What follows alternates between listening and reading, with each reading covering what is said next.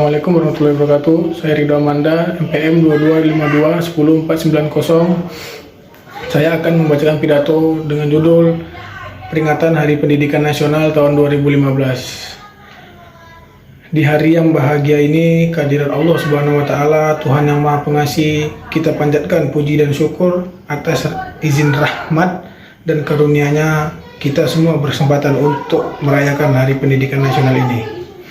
Di Hari Pendidikan ini, atas nama pemerintah, izinkan saya menyampaikan apresiasi pada semua pihak, pada semua pelaku pendidikan dimanapun berada, yang telah ambil peran aktif untuk mencerdaskan saudara sebangsa.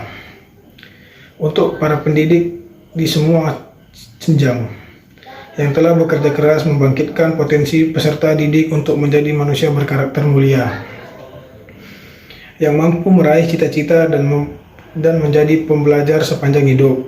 Terimalah salam hormat dan apresiasi dari kita semua. Bapak, Ibu, dan hadirin yang mulia, Republik tercinta ini digagas oleh anak-anak muda terdidik dan tercerahkan. Pendidikan telah membuat mata dan kesadaran mereka untuk membangun sebuah negeri bineka yang modern. Sebuah negara yang berakarkan adat dan budaya bangsa Nusantara, beralaskan semangat gotong royong, tapi tetap mengedepankan menumbuh kembangkan prinsip kesejajaran dan kesatuan sebagai sebuah negara modern. Pendidikan telah membukakan pintu wawasan, menyalakan cahaya pengetahuan, dan menguatkan pilar ketahanan moral. Persinggungan dengan pendidikanlah yang telah memungkinkan para perintis kemerdekaan untuk memiliki gagasan besar yang melampaui zamannya.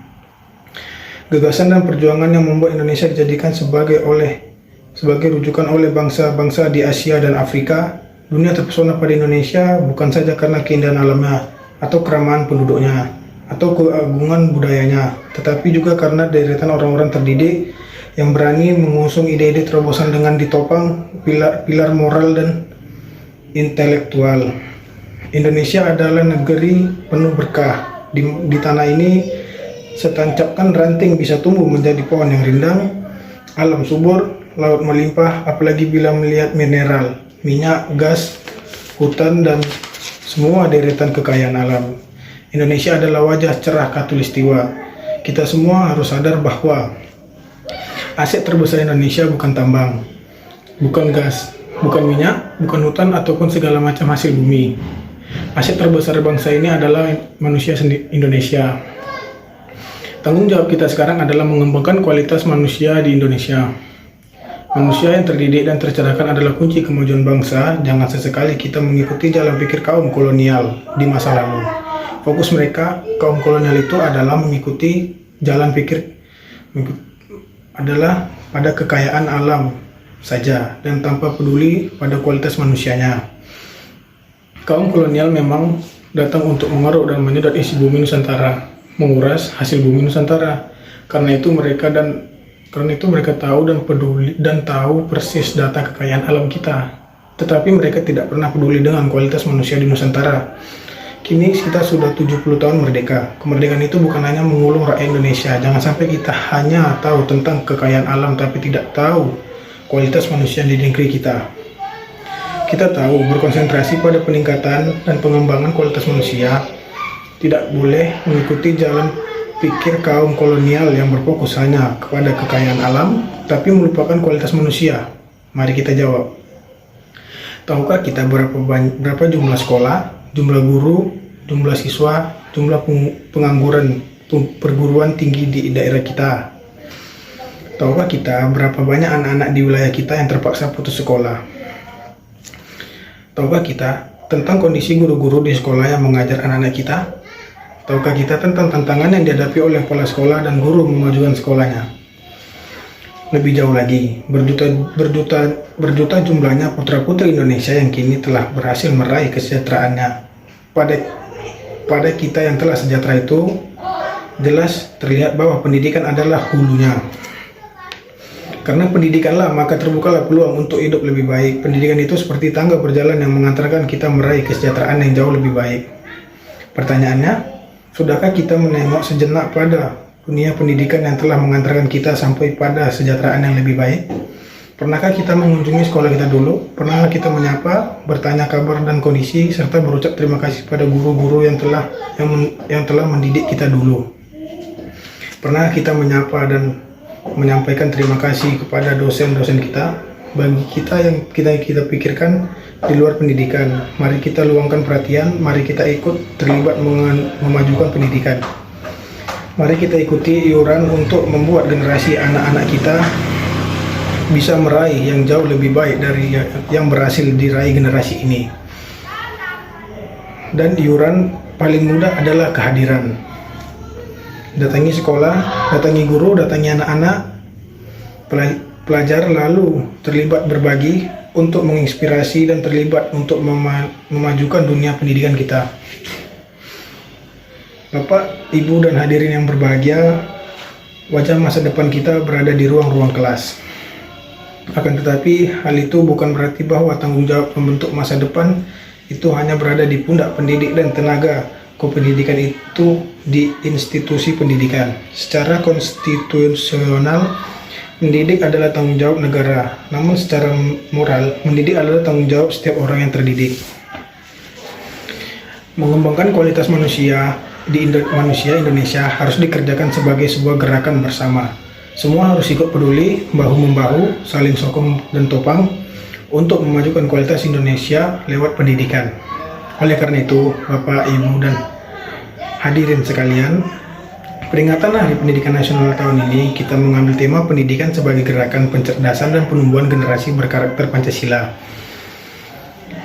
Kata kunci dari tema tersebut adalah gerakan. Pendidikan harus dipandang sebagai ikhtiar kata kolektif seluruh bangsa. Karena itu, pendidikan tidak bisa dipandang sebagai sebuah program semata.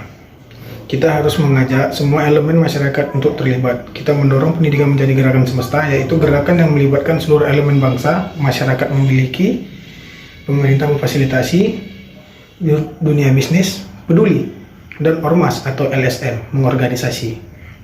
Berbeda dengan sekedar program, yang perasaan memiliki kegiatan hanya terbatas pada para pelaksana program. Sebuah gerakan justru ingin menumbuhkan rasa memiliki pada semua kalangan. Mari kita ajak semua pihak untuk merasa peduli, untuk merasa memiliki atas problematika pendidikan agar mereka bersedia menjadi bagian dari ikhtiar dan menyelesaikan problematika itu. Gerakan pencerdasan dan penumbuhan generasi berkarakter Pancasila adalah sebuah ikhtiar mengembalikan kesadaran tentang pentingnya karakter Pancasila dalam pendidikan kita. Sudah digarisbawahi, pendidikan bertujuan untuk mengembangkan potensi peserta didik agar menjadi manusia yang beriman, bertakwa pada Tuhan Yang Maha Esa, berakhlak mulia, bertanggung jawab, berakhlak mulia, sehat, berilmu, cakep, kreatif, mandiri, dan menjadi warga negara yang demokratis, serta bertanggung jawab. Itulah karakter Pancasila yang menjadi tujuan pendidikan nasional kita. Menumbuh kembangkan potensi anak didik seperti itu memerlukan karakteristik pendidikan dan suasana yang tepat. Disinilah Bapak, Ibu, dan hadirin sekalian, peringatan Hari Pendidikan Nasional menjadi amat relevan untuk meningkatkan kembali tentang karakteristik pendidikan dan suasana pendidikan. Peringatan Hari Pendidikan tak bisa lepas dari sosok Ki Hajar Dewantara yang pada tanggal 2 Mei adalah hari kelahiran Bapak Pendidikan Indonesia itu. Ki Hajar Dewantara menyebut sekolah dengan istilah taman. Taman adalah tempat belajar yang menyenangkan. Anak datang ke taman dengan senang hati, berada di taman dengan senang hati, dan pada saat harus meninggalkan taman, maka anak sangat berat hati. Pertanyaannya, sudahkah sekolah kita menjadi taman? Sudahkah sekolah kita menjadi tempat belajar menyenangkan? Sekolah kita menyenangkan berbagai karakter, diantaranya adalah sekolah yang melibatkan semua komponennya, baik guru, orang tua, siswa dalam proses belajarnya. Sekolah yang pembelajarannya relevan dengan kehidupan. Sekolah yang pembelajarannya memiliki ragam pilihan dan tantangan, di mana individu diberikan pilihan dan tantangan sesuai tingkat-tingkatannya. Sekolah yang pembelajarannya memberikan makna jangka panjang bagi peserta didiknya di Hari Pendidikan Nasional ini. Mari kita kembalikan semangat dan konsep Ki Hajar Dewantara bahwa sekolah harus memiliki tempat yang menyenangkan. Sebuah wahana belajar yang membuat para pendidik merasakan mendidik sebagai sebuah kebahagiaan. sebuah wahana belajar yang membuat para peserta didik merasakan belajar sebagai sebuah kebahagiaan. Pendidikan sebagai sebuah kegembiraan, pendidikan yang menumbuh kembangkan potensi peserta didik agar menjadi insan berkarakter Pancasila. Ikhtiar besar kita untuk pendidikan ini hanya bisa terwujud bila kita semua terus bekerja keras dan makin membuka lebar-lebar partisipasi masyarakat untuk terlibat aktif dalam pendidikan. Mulai hari ini kita harus mengubah perspektif bahwa pendidikan bukan hanya urusan kedinasan di pemerintah, melainkan juga jurusan dan ikhtiar memajukan pendidikan adalah tanggung jawab kita semua. Mari teruskan kerja keras, kerjasama dan kerjasama ini. Semoga Allah Subhanahu wa Ta'ala, Tuhan yang Maha Kuasa, selalu membimbing kita agar dapat meraih dan melampaui cita-cita bangsa yang kita cintai. Selamat Hari Pendidikan Nasional, jayalah Indonesia. Wassalamualaikum warahmatullahi wabarakatuh.